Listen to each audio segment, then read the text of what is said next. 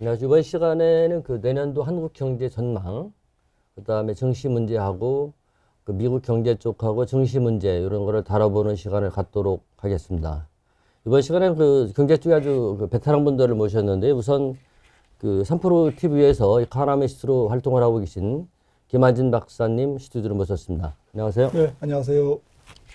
그다음에 전 IBK 투자증권에서 리서치 센터장을 하시고요. 지금 현재 그 여러 방송이나 언론사에서 활발하게 활동을 하고 계시는 이정우 의원님 스튜디오로 모셨습니다. 안녕하세요. 예, 안녕하십니까. 그 두 분의 그 거성분들을 모시니까 제가 아주 오늘 방송 진행하기가 상당히 편한데요. 예. 오늘 아주 좋은 말씀 기대 좀 하겠습니다. 너무 과찬의 말씀이시고 너무 기대를 많이 하시는 거 아닌가라는 생각이 좀 듭니다.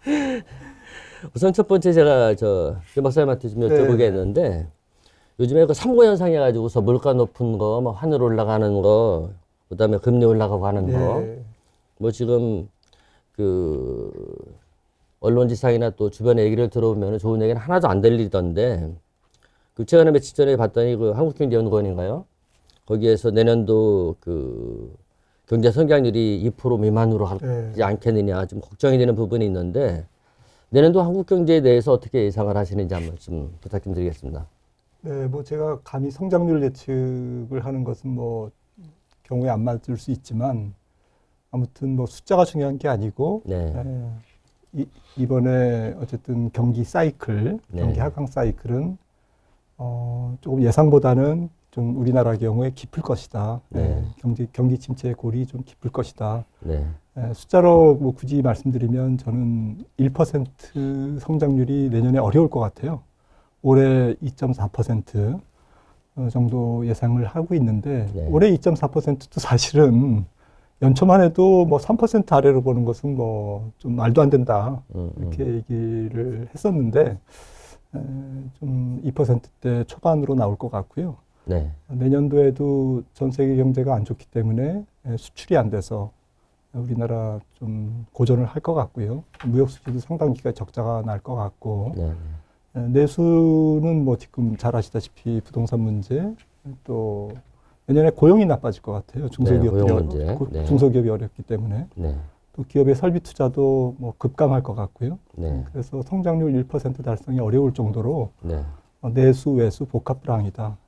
그리고 연구원 발표보다 더 낮게 지금 예상을 하시는 건가요? 미국보다는 그리고 경기 침체를 이제 벗어나는 조금 그 양상이 훨씬 더 부진하게 벗어날 수 있다. 그러니까 탄력적으로 경기 침체를 벗어나기가 어렵다라는 얘기는 2013년에 이어서 2023년에 이어서 후년 2024년까지도 경기의 어쨌든 온도는 굉장히 차가울 것이다 라고 생각을 합니다.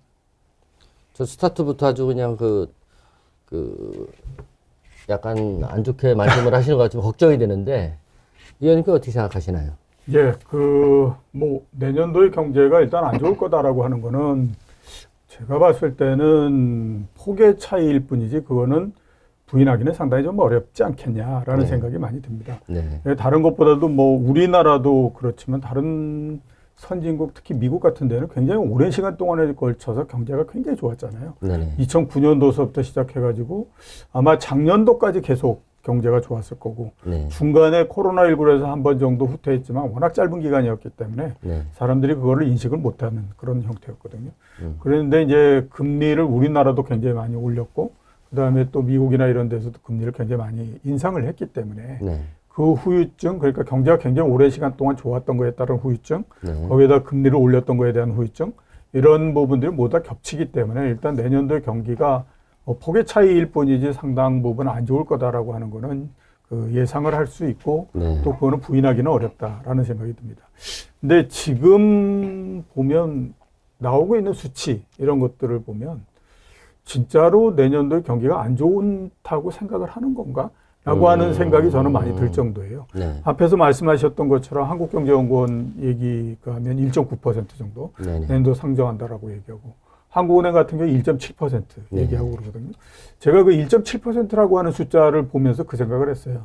만약에 한국은행의 전망이 맞다라고 하게 되면 내년도 주식시장은 하락을 하거나 이렇게 뭐 떨어져서 뭐 굉장히 어려울 거다라고 하는 걱정 안 해도 된다. 왜냐하면 올해 경기가 굉장히 나빠질 거다라고 예상을 하고 주가를 이미 움직여 놓고 2150까지 떨어지고 했는데 네. 1.7% 뭐 1.5% 이상이 되고 그러면 그거 경제가 그렇게 나쁘다라고 우리가 생각했던 것보다 훨씬 더 괜찮은 건데 네. 그러면 뭐 주식시장에서 그렇게 나쁠 리가 있겠냐라는 네. 생각을 했거든요.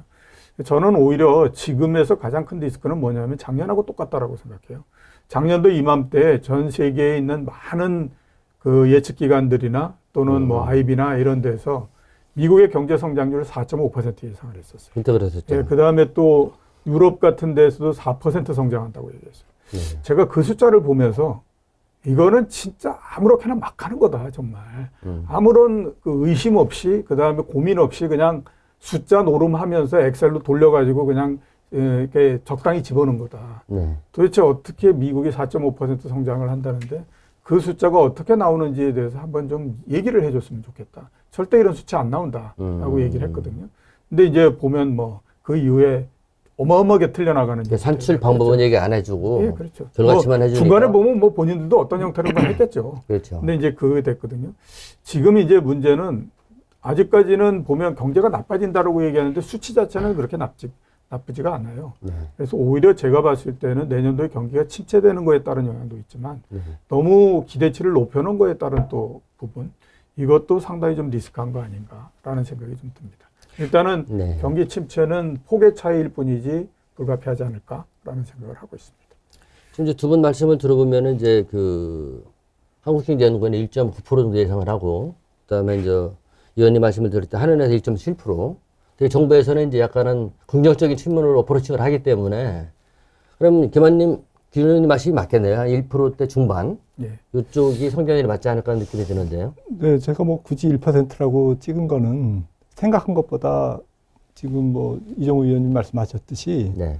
생각하는 것보다 훨씬 나쁠 거다라는 의미. 미국도 뭐 지금 뭐 1%대 얘기하지만 네네. 0.9%뭐 얘기하지만 그것보다는 훨씬 낮을 거다. 오히려 마이너스 1%일 거다. 네. 미국도 네, 그런 식으로 모든 경제 전망이 이종우 의원님 말씀하셨듯이 네. 아직도 낙관적 오류에 빠져 있다. 아직도 정신 못 차리고 있다. 네네. 라고 생각을 합니다. 알겠습니다.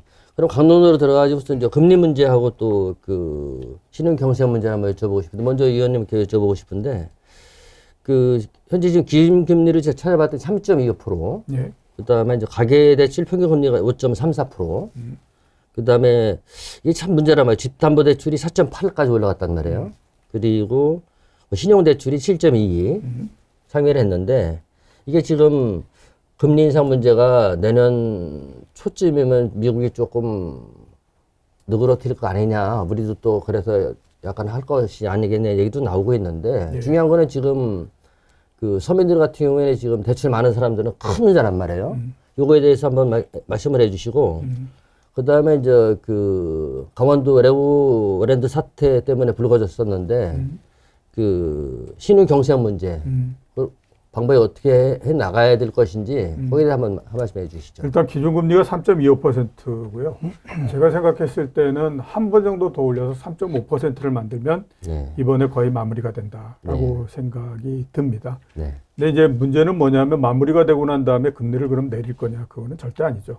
상당히 오랜 시간 동안에 걸쳐서 현재 수준을 계속해서 유지해 간다라고 네, 생각이 되기 때문에 저는 그 전서부터 이런 얘기를 굉장히 많이 했었는데요.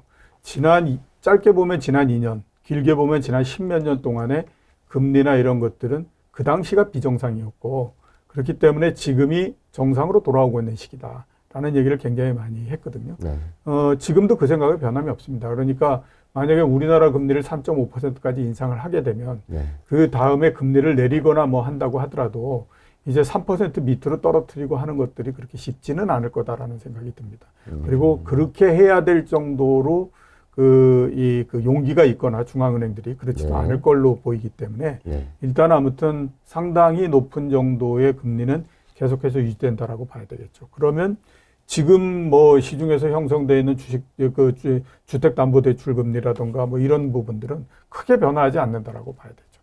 그러니까 지금 정도에서 계속해서 유지된다라고 봐야 되거든요. 그리고 그거는 연준의 입장도 거의 비슷하다라는 생각이 들어요. 네. 그러니까 이제 11월 FOMC 회의 같은 데서 발표를 할 때에도 보면 이제 금리 인상의 속도는 그렇게 중요하지가 않다. 이제서부터 중요한 건 과연 고점을 얼마를 만들 거냐. 네. 그 다음에 또 그걸 얼마나 오랜 시간 동안 유지할 거냐 하는 것들이 중요하다라는 네. 얘기를 했잖아요. 네. 그러니까 우리나라도 거의 비슷하다라고 봐야 되거든요. 네. 그러니까 지금서부터는 아무튼 뭐 기준금리로 따졌을 때 거의 3%에서 위아래로 약간씩, 그 다음에 그 시중금리로 따지게 되면 3년물 국채 기준으로 해서 3.5에서 4% 사이, 네. 그 부분에서 이제 금리는 계속해서 이렇게 머문다라고 네. 생각을 해야 되겠죠. 네. 그렇게 될 것 같고, 그 다음에 이제 자금시장 경색, 과연 이 부분이 어떻게 될 거냐 네. 하는 것들은 워낙 그 가변적이면서 유동적인 형태입니다. 네. 그러니까 그 10월 달에 상당히 이런 그 부분들의 영향이, 그리고 또 그 여러 가지 일들이 많이 벌어졌던 거는 네. 그 당시가 이제 금리가 계속해서 올라가는 시점이었고, 네. 그다음에 세계 그 경제나 금융시장도 굉장히 타이트한 형태였기 때문에 그 효과가 굉장히 증폭돼서 나타나는 그런 그 형태였거든요. 근데 이제 금리가 피크를 치고 그다음에 더 이상 올라가지 않고 거기에서 또 조금씩 내려가거나 이렇게 하면 상대적으로 신용경색이나 이런 부분들은 약간씩은 풀릴 수가 있습니다. 그러니까 그 풀리는 부분들이 위에 있는 그 우리 제일 믿을 수 있는 부분서부터 풀려나가는 거죠. 그러니까 한전채 풀려나가고 그다음에 또 뭐 그 토지금융공사 채권도 풀려나가고 이런 형태로 해서 풀려나가다 보면 이제 그 다음에 이제 쭉 이렇게 그 풀려나가는 거는 뭐 A 등급, 그다음에 AA 등급 이런 거의 회사채 이런 데도 이제 좀 풀려나가고 이런 형태로서 가는 거거든요. 그러니까 아마 신용경색 부분들은 내년도에 경제가 어떻게 되느냐 이런 것들에 따라서 굉장히 가변적이지만 네. 경제가 앞에서 우리가 얘기했던 것처럼 그래도 한 뭐 1% 내외의 성장을 한다라고 하면 시간이 지나면서 조금씩 아마 신용경색 부분도 조금 그 완화되는 형태가 되지 않을까라는 생각을 하고 있습니다. 의원님 말씀을 들어보면 지금 그 신용경색 문제는 금리가 올라가서 안 좋은데 예. 마치 이제 애가 울고 싶은데 뺨 한 번 때렸기 때문에 더 불가진 거 아니냐 이런 쪽으로 해석해도 되겠습니까? 예, 그렇죠. 네, 알겠습니다. 김현희 장관은 어떠신가요? 네, 내년은 좀 금리가 좀 복잡하게 움직일 거는 같아요. 네. 뭐 어떻게 보면 뭐 단순한 현상인지도 모르겠습니다. 경기는 지금 우리가 생각하는 것보다 조금 더 좀 차갑다, 네. 차갑게 식을 거다. 그 얘기는 국채 금리는 많이 떨어질 것 같아요. 지금 뭐 3년 국고가 3.65 뭐 이 정도 있는데 네. 좀 잘하면 뭐 3% 깨질 것 같아요. 그 정도로 경기 침체가 안전자산, 특히 장기 국채 금리, 아니면 트리플 A의 뭐 아주 좋은 우량 회사채 금리를 끌고 내려갈 것 같고요. 반면에 내년에는 기업들이 이익이 안 나죠. 가계 수지가 굉장히 더 나빠집니다. 국가가 무역 수지가 나빠집니다. 전부 공통점이 캐시플로우가 현금이 이제 없어지는, 현금이 부족해지는 기간이거든요. 네. 그러면 지금 대출 구조상 신용 등급이 취약한 기업 가계가 부채를 많이 안고 있잖아요. 이분들이 빌리는 어쨌든 돈값은 계속 올라갈 수밖에 없는 거죠. 이걸 뭐 시장에서는 가상금리라고 합니다. 가상금리는 기준금리인 콜금리, 한국은행의 기준금리가 일단 기준이 되고 있지 않습니까? 거기에 CD 3개월물, 그래서 코픽스 금리에서 플러스 가상금리를, 신용 스프레드를 이제 더 붙여서, 금융회사들이 이제 대출을 하는데, 그리고 이제 거기에 따라서 또 회사채 발행도 이루어지는데, 이런 게 결국엔, 조금 신용 등급이 안 좋고, 현금 흐름이 안 좋은 경제 주체들이 훨씬 더 높은 돈값을 지불해야 되니까 이게 안전자산인 국채금리랑은 계속 스프레드가 벌어지는, 이게 뭐 조금 범위를 넓혀서 보면 국가 딴에도 그럴 것 같습니다. 내년에는 국가의 신용 등급에 따라서 CDS 프리미엄이라든지 은행들이나 공공기업이 발행한 어쨌든 회사채, 어쨌든 역외 회사채 발행의 프리미엄, CDS가 되든 가상금리가 됐든 이러한 그 스프레드가 계속 벌어지면서 금리의 양극화, 자금시장의 양극화, 이런 것들이 굉장히 심화되는 그런 상황이기 때문에 한쪽에서는 부도율이 올라가고 한쪽에서는 금리가 굉장히 뭐 국고 재금리는 완전히 뭐 올해랑 완전히 다른 채권의 초강세가 일어나고 이제 이렇게 전개될 가능성이 있다. 네네.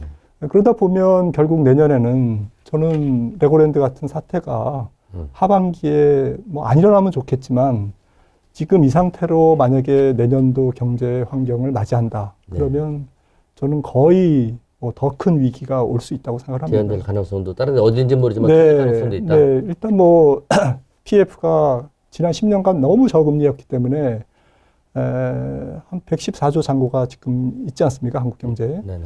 이게 뭐 최근 한 4, 5, 7, 8년간 보면 한 2배 이상 증가한 규모인데 이게 지금 제대로 안 되는 거죠. 거기다가 부동산 시장이 어쨌든 미분양이 확산되고 네. 모든 어쨌든 프로젝트가 거의 올스톱된 상태이기 때문에 현금 흐름이 꼬일 수밖에 없습니다.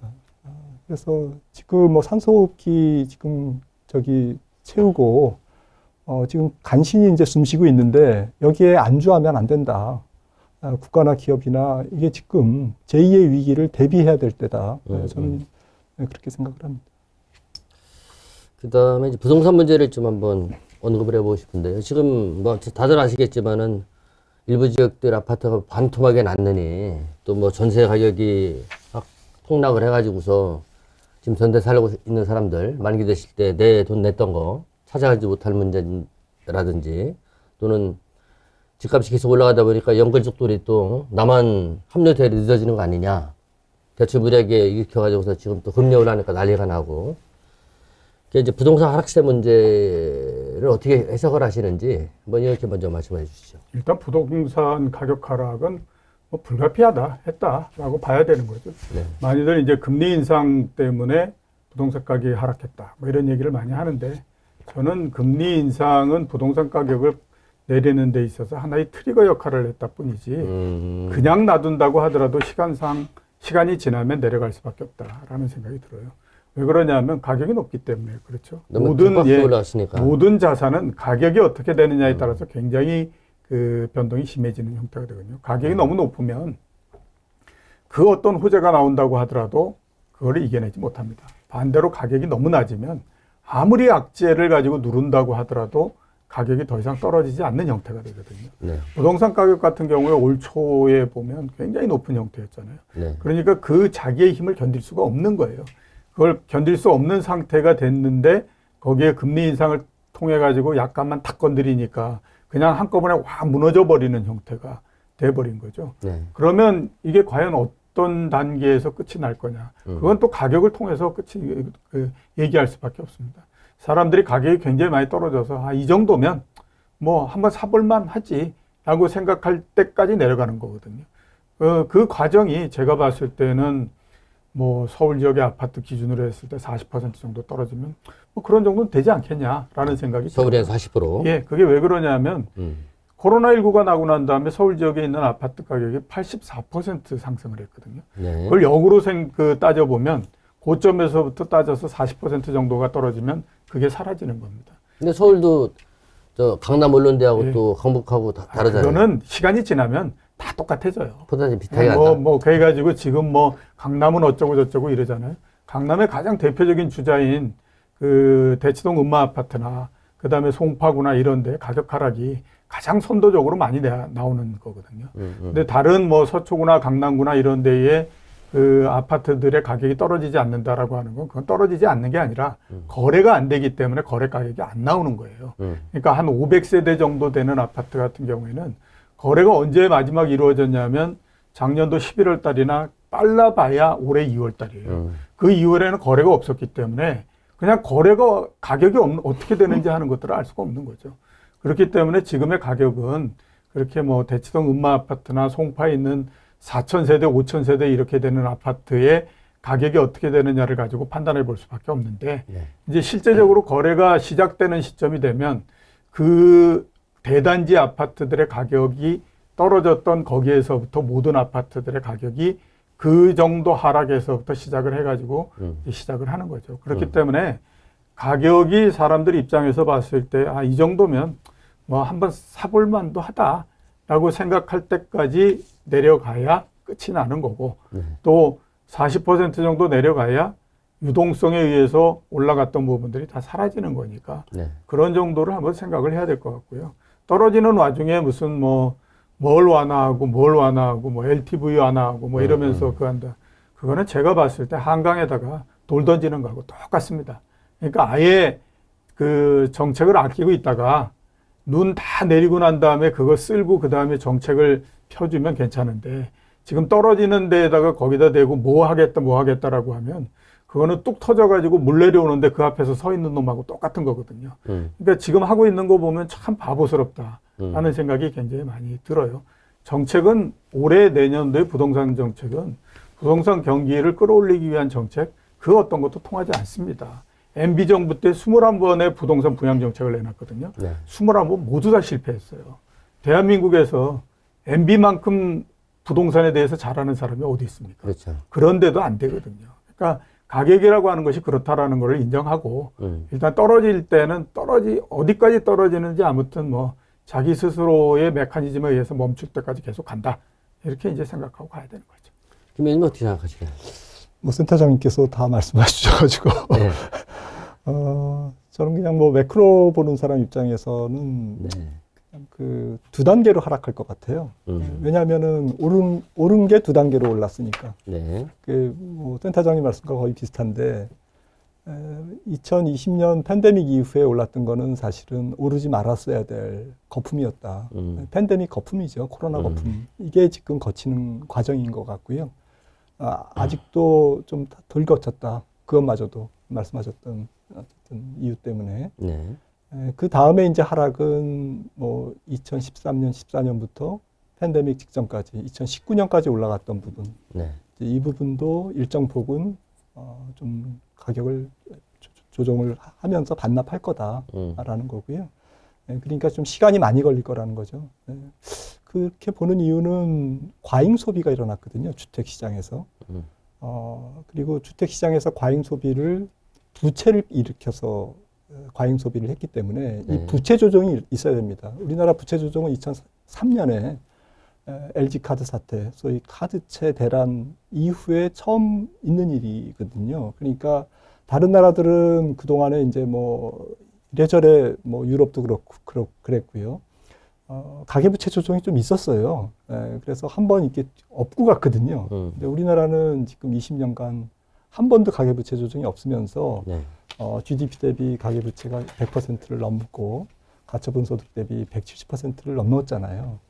그러다 보니까 이 과잉 소비에 따른 과잉 부채를 조정하는데 시간이 걸린다라는 거죠.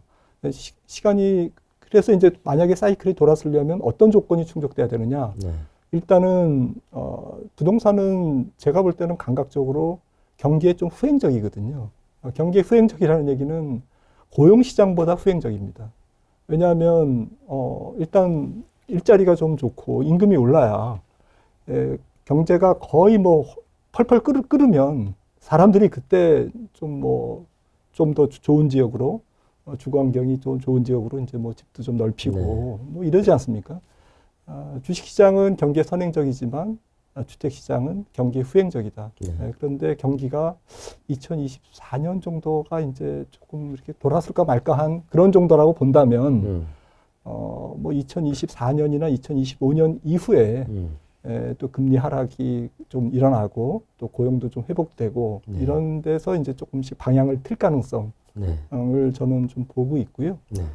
그런 측면에서 뭐 2003년 카드 대란 이후에 가장 큰 주택 시장발 금융 경색, 가계 신용 부채 조정이 지금부터 한 1, 2년간 최소 1, 2년간 좀 진행될 가능성이 있지 않느냐라고 생각합니다.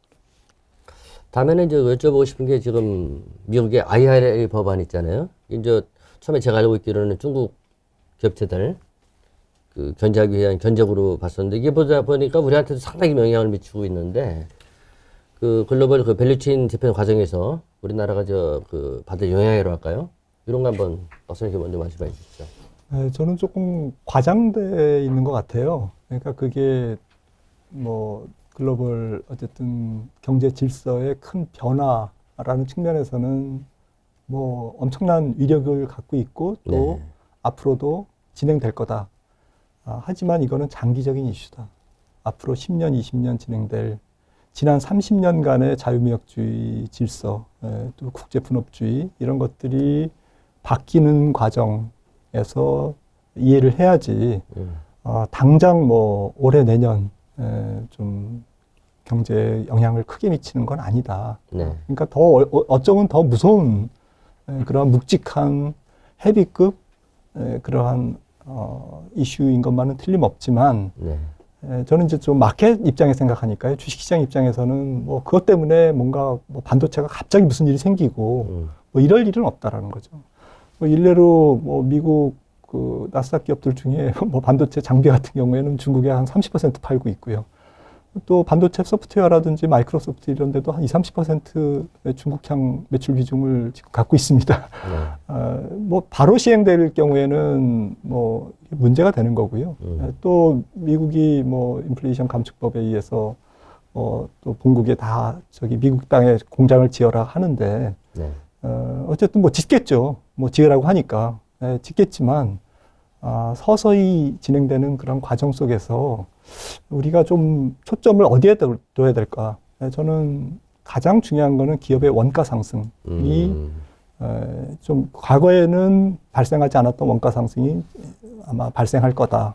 그리고 또 긍정적인 측면에서는 기술력을 갖고 있거나 아니면 핵심 뭐 부품, 원자재 혹은 광물 뭐 이런 어쨌든 전략 자산을 갖고 있는 기업들은 그 가치에 대한 평가가 주식시장이나 어쨌든 경제 내부에서 굉장히 높게 평가될 거다. 네. 그래서 이 양면성이 있습니다. 한쪽에서는 원가 상승 요인, 여러 가지 분업의 차질화, 그 다음에 공급망 차질 이런 쪽이 서서히 한 4년, 5년, 10년에 거쳐서 진행될 가능성이 높고요. 네. 그러니까 기업들이 지금부터 준비를 해야 되는 거죠.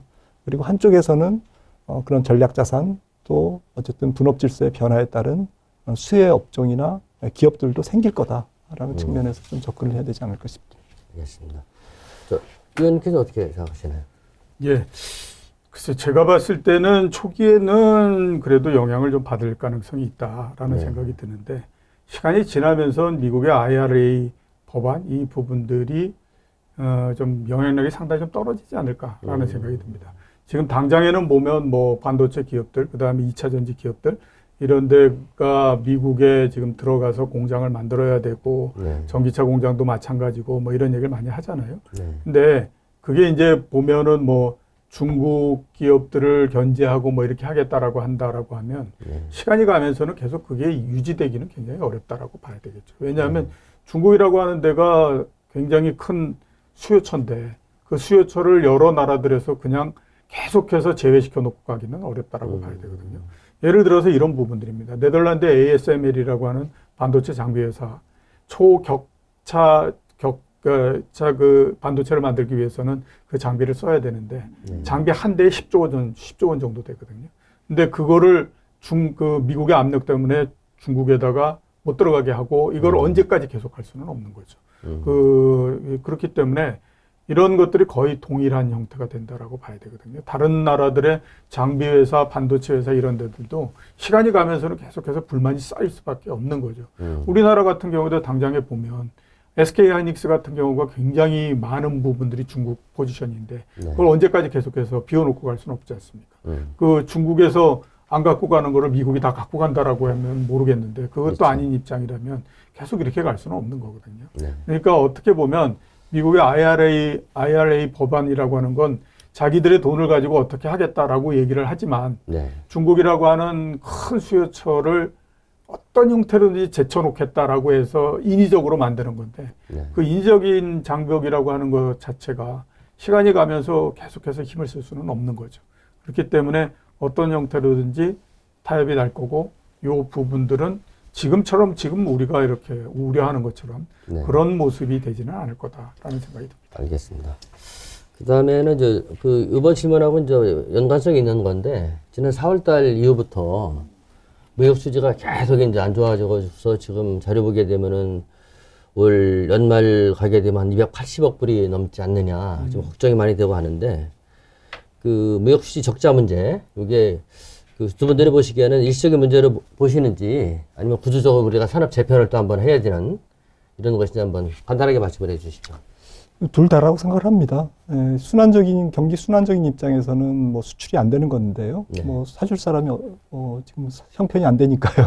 네. 중국도 그렇고 유럽도 그렇고 미국도 이제 서서히 좀 대미 수출도 이제 줄고 있고 그래서 올해 뭐 500억 달러 적자가 좀 불가피해 보이고요. 내년 상반기까지도 어쨌든 적자 기조는 이어질 건데 그 이후에도 이제 경기가 조금씩 풀리더라도 좀 쉽지 않을 것 같습니다. 내년에는 뭐 불황형 흑자는 있겠죠. 지금 유가도 좀 떨어지고, 네. 그다음에 원자재 수입, 수출용 원자재 수입 자체가 주니까 내년도에는 좋은 의미의 무역 적자가 아니라 네. 나쁜 의미의 무역 적자가 조금 무역 적자가 축소될 수도 있습니다. 네. 무역 수지가 조금 더 개선이 될 수는 있지만 그게 이제 좋은 의미는 아니다라는 말씀을 좀 드리고 싶은 거고요. 네.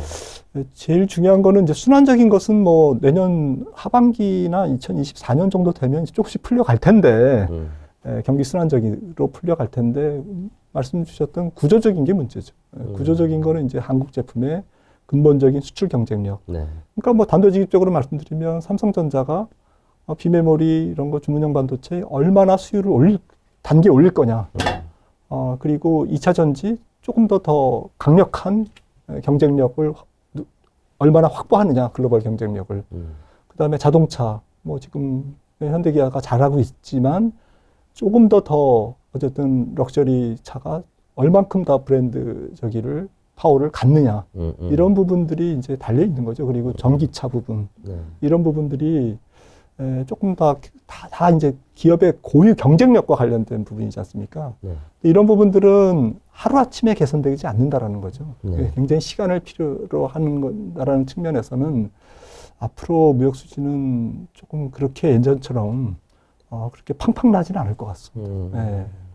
갈수록 먹고 살기가 점점 더 힘들어지네요.